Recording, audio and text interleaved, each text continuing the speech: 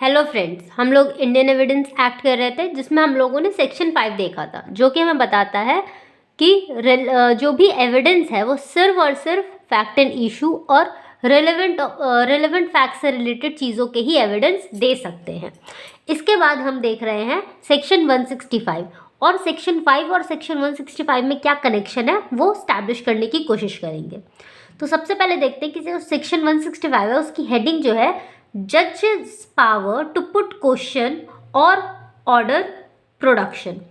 जजेस के पास क्या पावर है क्वेश्चंस पुट करने के लिए या ऑर्डर किसी भी चीज़ के प्रोडक्शन के लिए, वो हम देखते हैं, वो सेक्शन 165 में दिया गया है। तो चलिए देखते हैं कि सेक्शन 165 क्या कहता है। सबसे पहले देखते हैं कि जो हमारा बैर एक्ट है उसमें क्या लिखा गया है। तो उसमें लिखा गया है द जज में in order to discover or to obtain proper proof of relevant facts, ask any question he pleases in any form at any time of any witness or of the parties about any fact relevant or irrelevant, and may order the production of any document or thing, and neither the parties nor their agents shall be entitled to make any objection to any such questions or order, nor without the leave of the court to cross-examine any witness upon any answer given in reply to any such question। तो ये हमारा जो section 165 है इसमें बैरेक्ट में लिखा गया। अब ये कह क्या रहा है, तो ये कह रहा है कि जो जज है वो चाहे तो किसी से भी इन ऑर्डर टू डिस्कवर और obtain proper proof of relevant fact, अगर कुछ खोज रहा है कि कोई चीज़ जानने के लिए, कुछ डिस्कवर करने के लिए या किसी भी रिलेवेंट फैक्ट को प्रूफ करने के लिए, जो जज है वो कोई भी क्वेश्चन, आस्क एनी क्वेश्चन, कोई भी क्वेश्चन पूछ सकता है जो उसे अच्छा लगे। क्वेश्चन किसी भी फॉर्म में हो सकता है, कभी भी हो सकता है, और किसी भी विटनेस से हो सकता है, और किसी भी पार्टी से पूछ सकता है अबाउट एनी फैक्ट रिलेवेंट और इररिलेवेंट, चाहे वो फैक्ट रिलेवेंट हो या इररिलेवेंट हो, उससे रिलेटेड क्वेश्चंस जो जज है वो पूछ सकता है। And may order the production of any document और थिंग, और वो चाहे तो किसी भी डॉक्यूमेंट या थिंग को प्रोड्यूस करने के लिए ऑर्डर कर सकता है। Neither the parties nor their agents, ना ही कोई पार्टी ना ही उनके एजेंट्स जो है वो एंटाइटल्ड है कि वो उन क्वेश्चंस या उन ऑर्डर्स पे कोई ऑब्जेक्शन कर सके, और उन क्वेश्चंस या ऑर्डर्स से जो रिलेटेड आंसर्स आएंगे उस पर क्रॉस एग्जामिनेशन भी किया जा सकता है कोर्ट के ऑर्डर्स पे। उसके बाद सेक्शन 165 में हमें प्रोवाइजो दिया गया है जो कि कहता है provided that the judgment must be based upon fact declared by this act to be relevant and duly proved। अब जो ये हमारा फर्स्ट प्रोवाइजो है सेक्शन 165 का, ये अगर आप ध्यान से देखो तो ये क्या कह रहा है कि जज जो है उसके पास पावर तो है कि वो किसी से भी किसी भी तरीके का क्वेश्चन कभी भी और किसी भी विटनेस से पूछ सकता है, और कोई भी डॉक्यूमेंट या फिर कुछ भी प्रोड्यूस करने के लिए ऑर्डर कर सकता है, लेकिन प्रोवाइडेड दैट कि जो जजमेंट आएगा उस केस का वो मस्ट बी बेस्ड अपॉन, किस पे बेस्ड होना चाहिए, तो जो फैक्ट डिक्लेयर हुए हैं इस एक्ट के द्वारा रिलेवेंट और ड्यूली प्रूव्ड हुए हैं उन्हीं के बेसिस पे। मतलब कि जो चीज़ें रिलेवेंट इस एक्ट ने जिन फैक्ट्स को रिलेवेंट कहा है और जो कि ड्यूली प्रूव्ड हो चुके हैं उसी बेसिस पे जजमेंट दिया जाएगा। मान लीजिए कि कोई केस है जिसमें एक पार्टी ने, जो प्रोसिक्यूशन है, उसने अपने केस से रिलेटेड बहुत सारे फैक्ट्स दिए। अब उसने जो फैक्ट्स दिए हैं उन फैक्ट्स को, किन फैक्ट्स के लिए एविडेंस दिया जा सकता है, तो सबसे पहले जो भी फैक्ट्स दिए गए हैं उनमें कौन कौन से फैक्ट्स रिलेवेंट होंगे वो कोर्ट देखेगी, और जो फैक्ट्स रिलेवेंट होंगे उन फैक्ट्स पे अब जितने भी फैक्ट्स रिलेवेंट हैं उन सब पे एविडेंस दिया जा सकता है। हर फैक्ट पे एविडेंस नहीं दिया जाएगा, जो फैक्ट रिलेवेंट होंगे सिर्फ उन फैक्ट्स पे एविडेंस दिया जाएगा, और जिन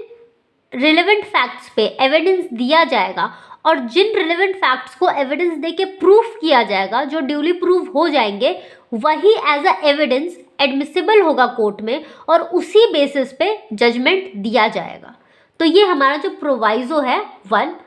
वो जो फर्स्ट प्रोवाइडेड है सेक्शन 165 का, वो बताता है। तो जो हमारा सेक्शन 5 था वो कह रहा है, उसने क्या कहा था कि जो एविडेंस है वो सिर्फ और सिर्फ फैक्ट इन इशू और रेलेवेंट फैक्ट पे ही दिया जाएगा। और यहाँ पे भी जो जज का पावर है 165 में, वो ये तो है कि वो कोई भी क्वेश्चन पूछ सकता है, मगर जो जजमेंट होगा वो सिर्फ और सिर्फ रेलेवेंट फैक्ट के बेसिस पे ही होगा। जो ड्यूली प्रूव रेलेवेंट फैक्ट हो जाएंगे उन्हीं के बेसिस पे जो है वो जजमेंट दिया जाएगा। इसके बाद सेक्शन 165 में दूसरा प्रोवाइजो है जो कि कहता है, provided also that this section shall not authorize any judge to compel any witness to answer any question or to produce any document which such witness would be entitled to refuse to answer or produce under section 121 to 132, both inclusive if the questions were asked or the documents were called for by the adverse party, nor shall the judge ask any question which it shall be improper for any other person to ask under section 148 or 149, nor shall he dispense with the primary evidence of any document except in the case herein before exceptions। तो जो हमारा provided 2 है, जो proviso second है 165 का,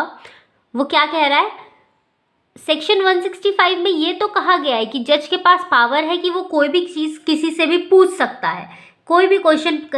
पूछ सकता है, कोई भी डॉक्यूमेंट लाने के लिए कह सकता है। लेकिन जो हमारा सेकंड प्रोवाइजो है वो क्या कह रहा है कि इस सेक्शन में ये जो सेक्शन है वो किसी भी जज को ये अथॉरिटी नहीं देता, किसी भी जज को ऑथराइज नहीं कर सकता कि वो किसी भी विटनेस को कंपेल करे आंसर करने के लिए कौन से क्वेश्चन, जो कि हमारा सेक्शन 121 से 131 के बीच में आ रहे हैं। तो सेक्शन 121 टू 131 जो है वो जो प्रिविलेज कम्युनिकेशन है उसकी बात करता है। 1 बाय 1 हम सारे सेक्शंस देखेंगे अभी। तो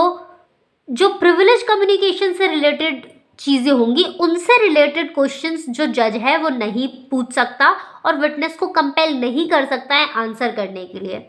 वही जो सेक्शन 148 और 149 है उससे रिलेटेड चीज़ें भी जो इम्प्रॉपर है, उससे रिलेटेड चीज़ें भी जज नहीं पूछ सकता और कंपेल नहीं कर सकता। तो ये एक्सेप्शन दिया गया है हमें सेक्शन 165 का। तो जज के पास पावर तो है मगर उसके एक्सेप्शंस हमें सेकंड प्रोवाइजो में दिए गए हैं, जिसे 1 बाय 1 हम देखेंगे। तो जब हम बात कर रहे हैं सेक्शन 5 का क्या कनेक्शन है 165 से, तो जो हमारा प्रोवाइजो फर्स्ट है सेक्शन 165 का, जो बताता है किसके बारे में कि एविडेंस जो है सिर्फ जजमेंट जो आएगा वो सिर्फ उस चीज़ पे बेस्ड होगा जो कि रिलेवेंट फैक्ट जो ड्यूली प्रूव हो जाएंगे उसी बेसिस पे जजमेंट दिया जाएगा। और सेक्शन 5 क्या कह रहा था कि एविडेंस सिर्फ उस चीज़ पे दिया जाएगा जो कि फैक्ट एंड इशू और रिलेवेंट फैक्ट होगा। तो जिन रिलेवेंट फैक्ट पे एविडेंस दे के और उसे ड्यूली प्रूव करके एडमिसिबल बनाया जाएगा उसी बेसिस पे जजमेंट दिया जाएगा। ये हमारा सेक्शन 165 का जो प्रोवाइजो 1 है वो बताता है। और जो हमारा प्रोवाइजो 2 है 165 का, जिसमें हमें प्रिविलेज कम्युनिकेशन और सेक्शन 148 149 के बारे में बात की गई है, वो भी हम आगे देखेंगे, जिसमें जजेस कंपेल नहीं कर सकता, जो एक्सेप्शन है जजेस के पावर के लिए। इसके अलावा जो जुडिशियल नोटिस है जिसमें हमारा सेक्शन 56, 57 और 58 आता है, वो भी हम नेक्स्ट वीडियोज़ में पहले देख लेंगे। तो अगर ये वीडियो आपको इन्फॉर्मेटिव लगा हो तो please like share subscribe. Thank you.